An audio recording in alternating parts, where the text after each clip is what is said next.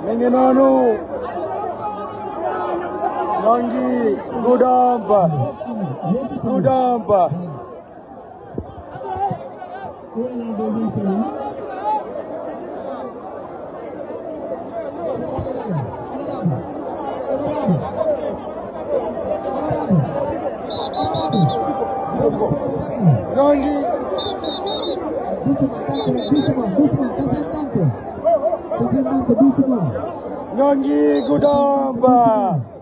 Goudomp, le département de Pape Diémé, Goudomp d'Olivier Boucal, Goudomp de l'honorable député Digo, Goudomp le fief des patriotes, Goudomp de Famassa Dem Tigolou, Goudomp a été toujours patriote. Goudomp accueille encore une fois la caravane du président Bassirou Diomaye Diakhar Faye. Goudomp a ngi nii, le président Bassirou Diomaye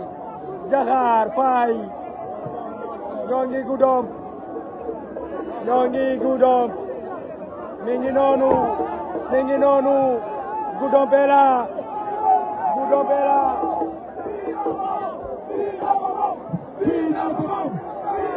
Goudomp est là, fii ñoo ko moom. Goudomp est là.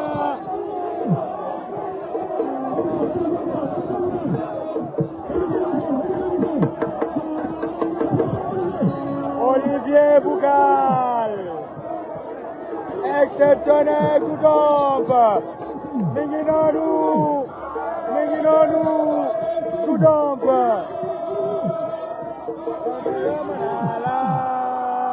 Diomaye namm naa la, Diomaye namm naa la. Goudomp, accueil exceptionnel, Goudomp.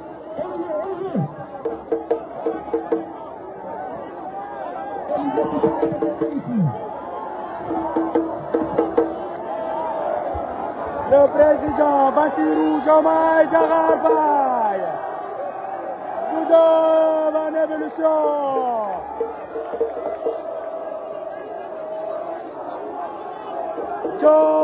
Diomaye Faye. Fii jeex na tàkk.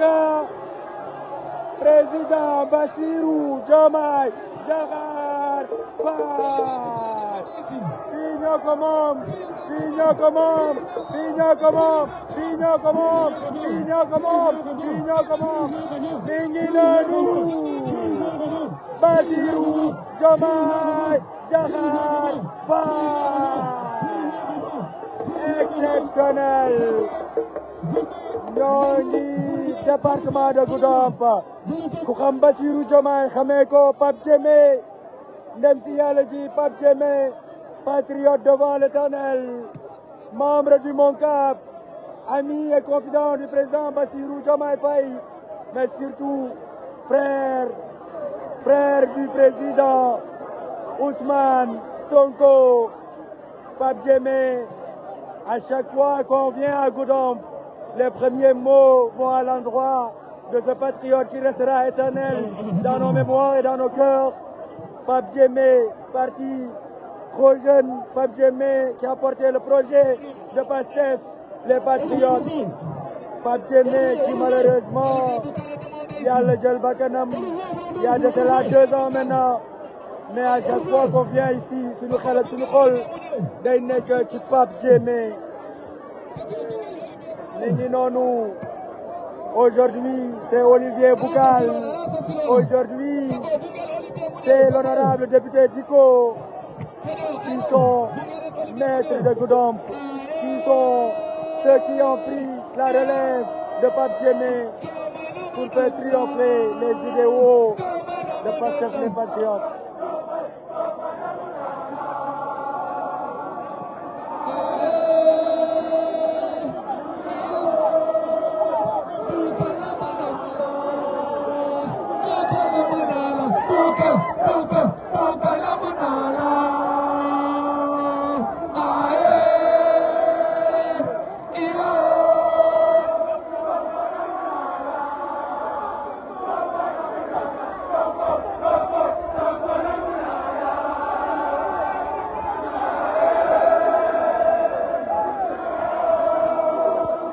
Exceptionnel Goudomp,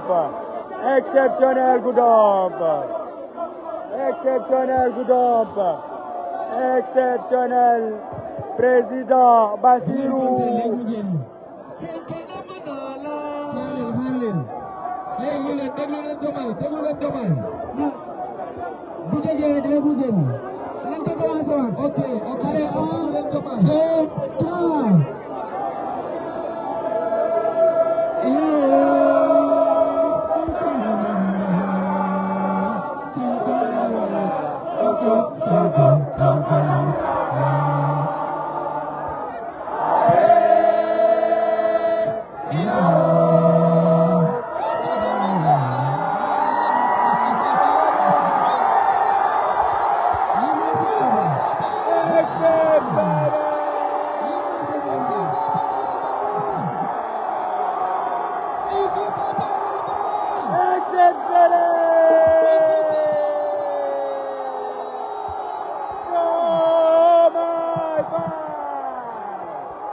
Président Ousmane Sonko.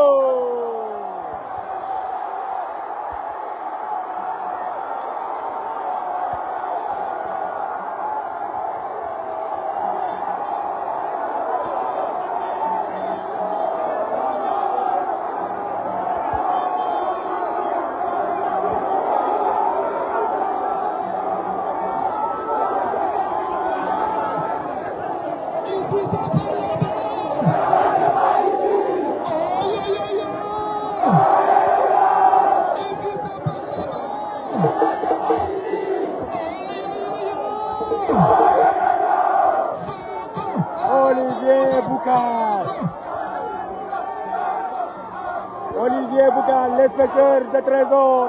emprisonné pour avoir soutenu PASTEF, les patriotes et le président Ousmane Sonko. Il revient de plusieurs mois de prison.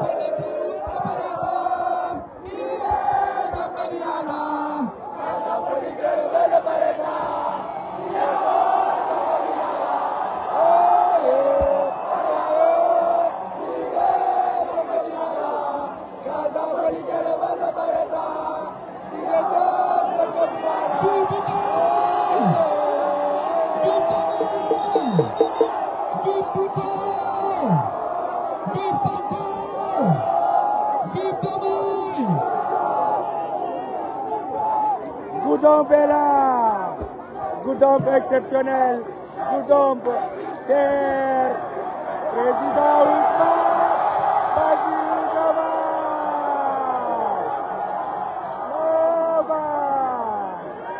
Exceptionnel. Exceptionnel. Goudomp. Goudomp.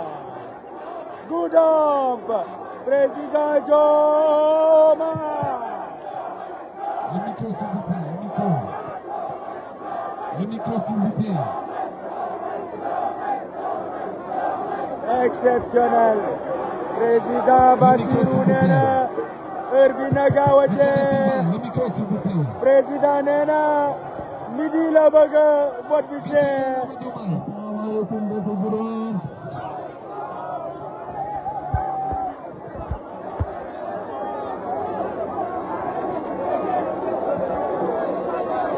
Asalaamaaleykum mbokk.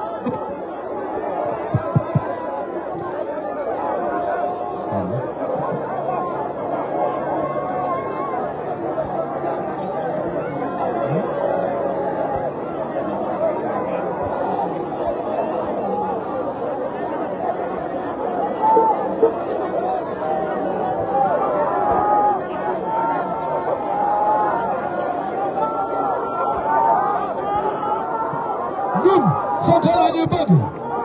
ñun Sonko la ñu bëgg ñun Diomaye la ñu bëgg ñun Diomaye la ñu bëgg ñun Sonko la ñu bëgg ñun Diomaye la ñu bëgg ñun Sonko la ñu bëgg ñun Diomaye la ñu bëgg ñun Sonko la ñu bëgg ñun Diomaye la ñu bëgg ñun Sonko la ñu bëgg ñun Diomaye la ñu bëgg. Asalaamaaleykum mbokk Goudomp. yéen a ngi laaj président Diomaye yaa ngi nii ku daan laaj président Sonko ngi nii léegi nag Toumaré du teew ñu nataal dañuy jox kàddu gi suñu gan yi ñu wax ak yéen yoon bi gudd na dañu war a dellu ba suñu soor président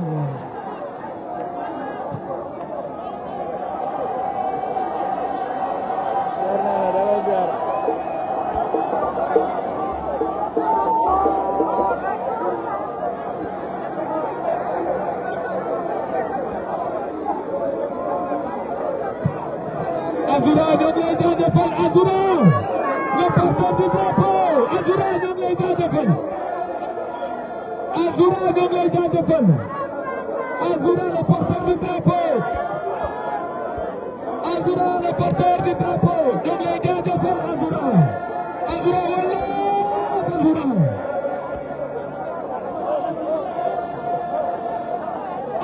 Olivier Olivier merci. On écoute écoutez.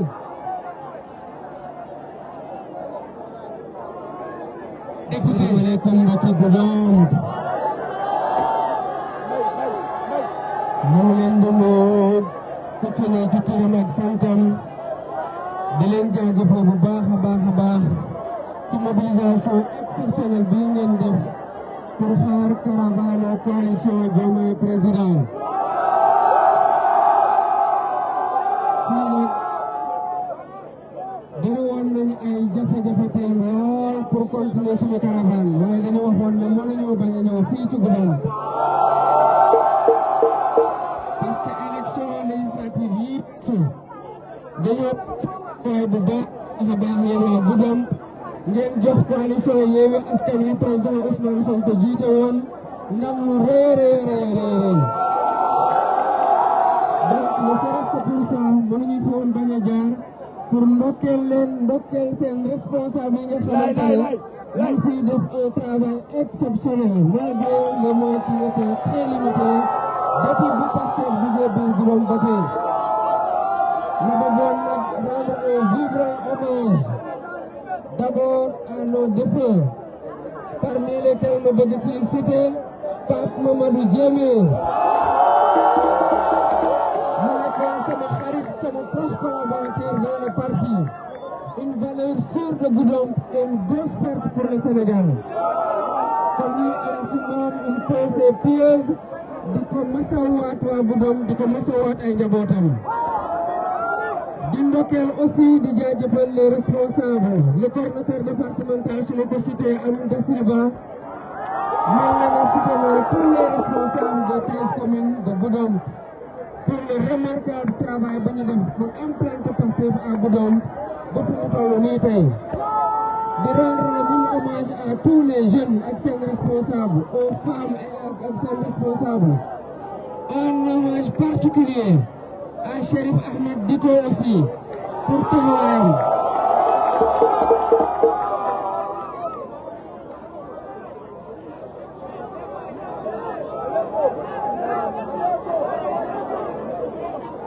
Donc di tamit rendre un hommage appuyé à l'honorable député Chérif Ahmed Diko. Yaakaar naa ne yéen waa Goudomp yéen ñi ko yóbbu assemblée nationale rëccu leen ko. Ndax taxawaay bi war assemblée nationale taxawoo na ko kon continuer leen ko dooleel responsable Goudomp yëpp pour Goudomp war a gën a am taxawaay bi war place bi mu mérité ci biir Sénégal waaye nag ku wax jom wax fit wax taxawaayu góor taxawaayu jigéen ju am fula nga war ko mën a nattee ci Olivier Boucal.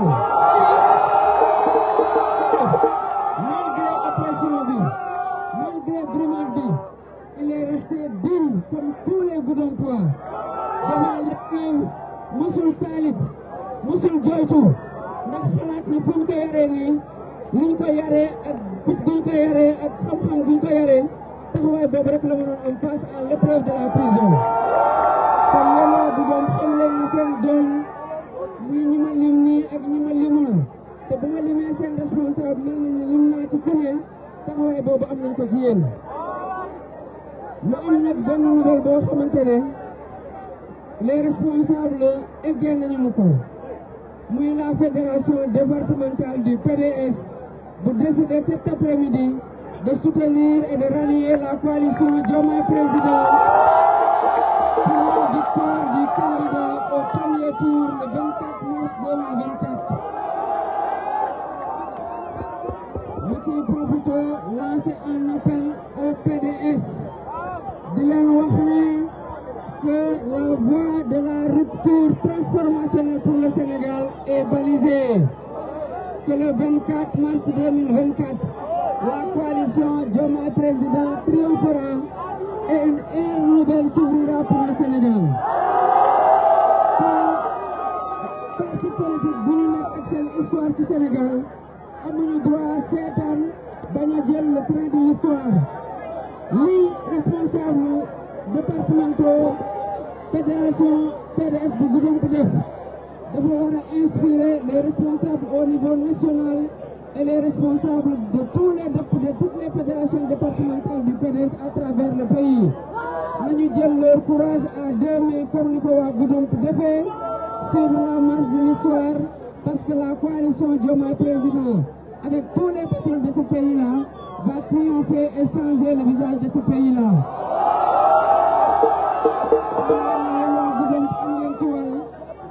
Dès 18h, dinañ gis mobilisation bu ëpp bi ngeen di fêter la victoire du candidat de la coalition Bassirou Diomaye Faye, de l'espoir de la bonne gestion, de la bonne gouvernance et des défis économiques qui seront relevés dans ce pays. maa ngi leen di sant di leen gërëm bu baax a baax ci seen taxawaay. Asalaamaaleykum wa rahmatulah.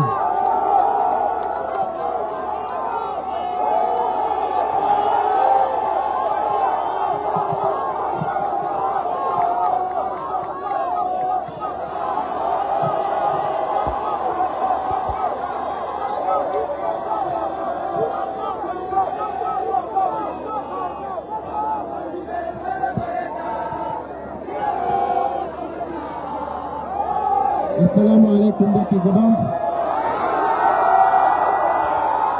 ñu ngi leen di nuyu di leen ziare wax ji du gudd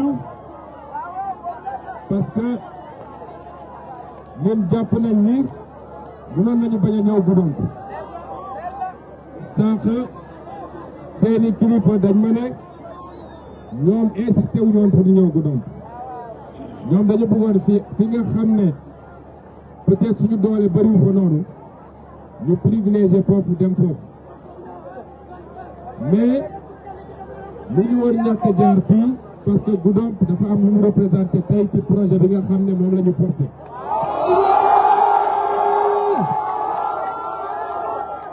man ama benn sikki sàkk ne dimanche prochain inshallah heure bii bu ñu paree compte bulletin fii Goudomp dinañ ci am 80 wala 90%.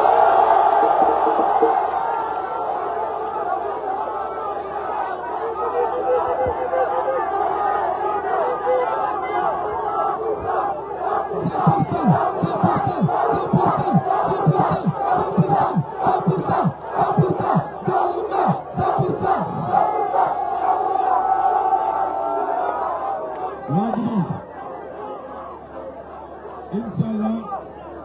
waaye Goudomp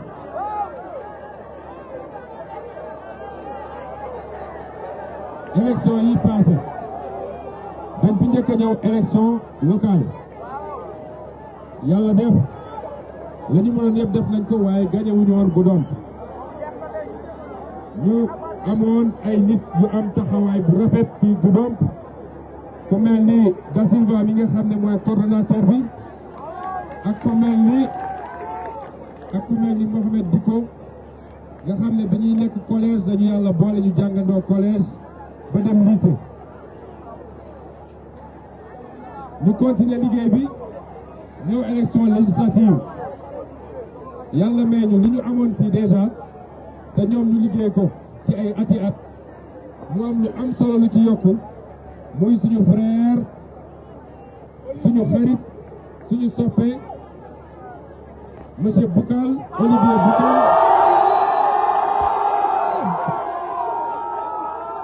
mu ñëw yokk ci mbir mi def ko nag avec désintéressement ndax nekk noon ci liste yi du député waaye ñëw na jàpp ci liggéey bi ba loolu moo tax ñu gañ a Goudomp bi ba di ko mi nekk tey assemblée nationale kon dañoo am lu am solo la ñu am tey ak yéen mooy depuis juillet 2022 yéen waa Goudomp da ngeen ñëw ba yokk ci ñi nga xam ne ñooy porte projet bi te gëm ni projet bi dafa war a jiite Sénégal moo tax ñun ñu am certitude que lu ñu commencé 2022 est-ce que Goudomp dina ñëw ba 2024 mu dellu gannaaw adduna yëpp xam ne sama diggante ak yéen ñëw naa fi élection législative du ma woon candidat ndax gars yi fexe woon nañu ba yàq suñu liste nationale teewul ma jiite liste bi ñoo campagne fii ñu gagné ma ñëwaat élection présidentielle Sénégal yëpp yaakaaroon ni war naa mën a nekk candidat gagné élection bi waaye ñu def seen i pexe gaw ma sax ni seen pexe la waaye yàlla moo tuddoon ni Ousmane Sonko du nekk candidat ñu nangu ko nag ñu nangu ko ak xol bu sedd guy parce que nous sommes des croyants waaye nag teewul mënuma dem waaye andil naa leen Ousmane Sonko ndax Diomaye mooy Sonko Sonko mooy Diomaye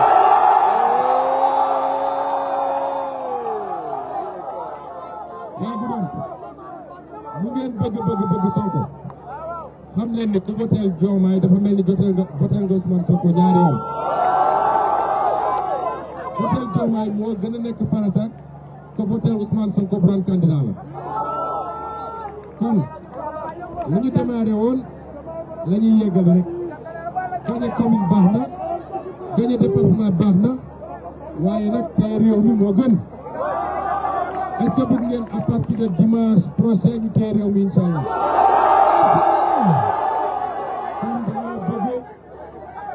dañoo bëgg benn ku fi jëlagul woon carte électorale na ko dem jëli parce que ku amul carte bokkoo ci xeex bi particulièrement les jeunes préfecture boo dem am na encore des cartes électorales donc ku jëlagul woon carte am na ko dem jëli élection bi ni ngeen defoon ba ñu gagné ko defaat leen ko mooy voté leen waaye toog leen surveiller les bureaux de vote parce que gars yi dañoo garaaw rawatina nag candidat boor bële nga xam ne dundam yëpp ci mbaxum la ko def kon il faut sécuriser le vote c'est important waa Goudomp ñun de li ngeen mën a promettre mooy bu ngeen defee di ngeen war a def wóolu ñu jox ñu réew mi bàyyi ngeen ñu suñu responsabilité di ngeen gis ñun li ñuy liggéey ci réew mi. su may daaneel nag gannaaw bu ñu mastawoo su may terminé waaw yàlla ci gannaaw dama leen fekk kon gannaaw bu ñu delluwaatee mastawu suñu frère Bakal nga xam ne téye nañ ko ay weer ci kaso bi ci caaxaan ñu teg mastaw bu baax a baax a baax moo daanele yéen waa Goudomp su ngeen fàttalikoo ay weer ci gannaaw dama annoncé à partir de Ziguinchor ni damay def la caravane de la liberté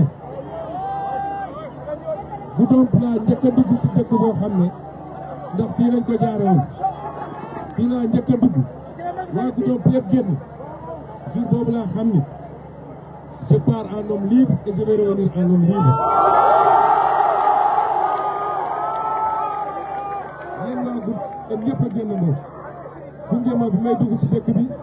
ba la sortie de la ville est-ce que demuñu en homme libre est-ce que dellusiwuñu en homme libre liberté boobu moo tax tey ñu mën a taxaw di waxtaan ak yéen kon ñu ngi leen di remercier ci seen taxawaay ay patriote dëgg ngeen ay nit yu am conviction ngeen moo tax ngeen mën a toog ba 2 heures du matin wala 1 heure du matin di xaar suñu convoi bi ngeen ne ma nag ma daaneel ci lancer un message ma lancer un message ndax tey naa dû annuler beaucoup d'étapes foo demoon tey Kolda heure bi mi ngi fees dell ak ay nit malheureusement mënuñoo dem Kolda dañuy obligé dellu fanaan Ziguinchor suba ñu teel a xëy daal di dem Kolda continuer Tamba ak feneen ak feneen mais message waaw mais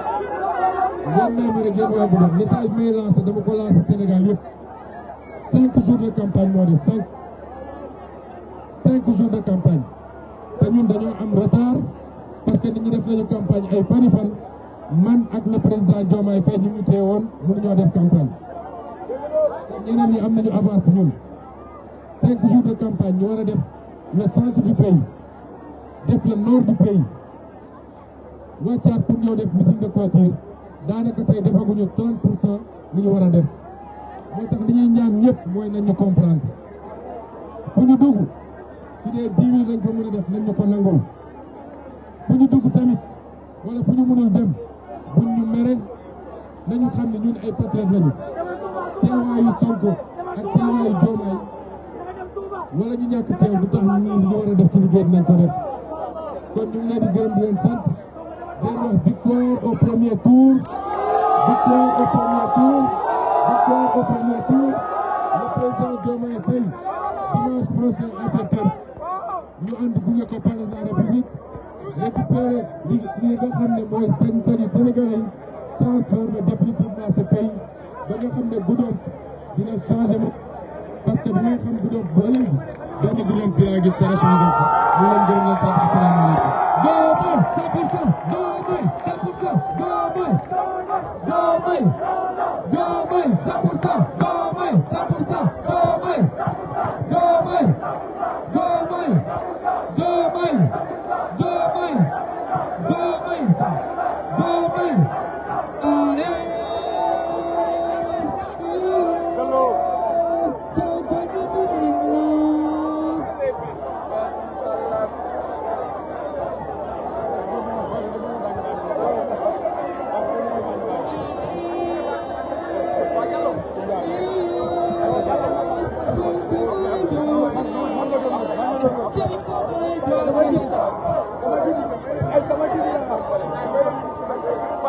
sama jibi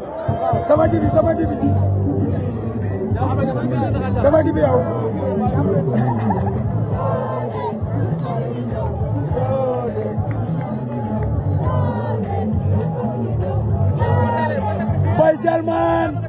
Boy Jalman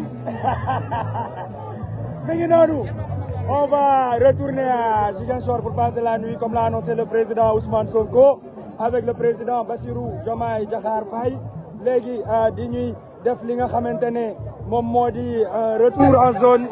Nous allons retourner au QG de Ziguinchor la Belle, on va passer la nuit là-bas et dès demain première heure direction Kaolack et la zone centre inchallah donc nañu xam ne loolu mooy programme bi du loo xamante ne dañ ko prévoir woon mais le contexte ak situation moo indi loolu ngeen xamee ko noonu donc les patriotes on vous donne rendez-vous inchallah dès demain et tout à l'heure sur les pages de la coalition tous les patriotes ñu ngi leen di ñaan ngeen dem abonner massivement fi nga xamante ne moom moo di la page de la coalition Diomaye Président mais surtout bépp patriote war na abonné tey aujourd'hui au niveau de la page du président Bassirou Diomaye Diakhar Faye yéen ñëpp ñu ngi leen di demandé ngeen dem ngeen abonné ci page yooyu parce que lépp loo xamante ne mi ngi am fii nii en live yéen a ngi koy am sur la page du président Ousmane Sonko sur la page du président Bassirou Diomaye Diakhar Faye et aussi sur la page de la coalition Sonko président ñun ñoo moom digital bi nañu wane ni ñun ñoo ko moom Bassirou Diomaye Faye 1 million d'abonnés c'est possible avant la présidentielle du 24 mars ñu gagner dès le premier tour ñu jubiler ainsi de suite on vous donne rendez-vous bientôt inchallah